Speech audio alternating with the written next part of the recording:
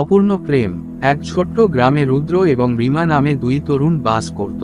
রুদ্র ছিল একজন দরিদ্র কৃষকের ছেলে, আর রিমা ছিল গ্রামের প্রধানের মেয়ে। দুজনে ছোটবেলা থেকেই বন্ধু ছিল, এবং বয়স বাড়ার সাথে সাথে তাদের বন্ধুত্ব প্রেমে পরিণত হয়েছিল। রুদ্র এবং রিমা একে অপরকে অনেক ভালোবাসত। তারা প্রায়ই গ্রামের বাইরে বনভূমিতে দেখা করত এবং ঘন্টার পর ঘন্টা কথা বলতো। তারা একসাথে স্বপ্ন দেখত, একসাথে হাসত এবং একসাথে কাঁদত। কিন্তু তাদের প্রেম সহজ ছিল না।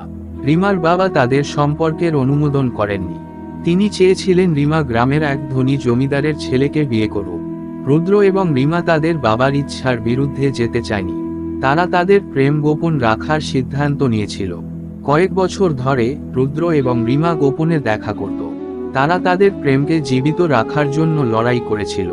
কিন্তু একদিন তাদের গোপন প্রেমের কথা রিমার বাবার কাছে ফাঁস হয়ে গেল।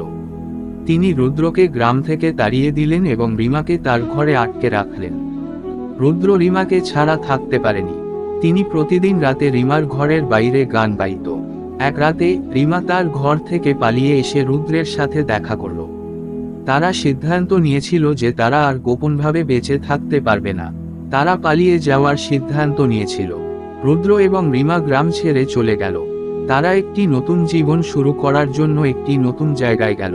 কিন্তু তাদের সুখ দীর্ঘস্থায়ী হয়নি। রিমা অসুস্থ হয়ে পড়ল এবং মারা গেল। রুদ্র রিমার মৃত্যুতে হতবাক হয়ে গেল। তিনি তার প্রিয়তমাকে হারিয়ে ফেলেছিলেন। রুদ্র কখনোই রিমাকে ভুলতে পারেনি। তিনি তার জীবনের বাকি সময় রিমার স্মৃতি নিয়ে বেঁচেছিলেন। গল্পের শেষ।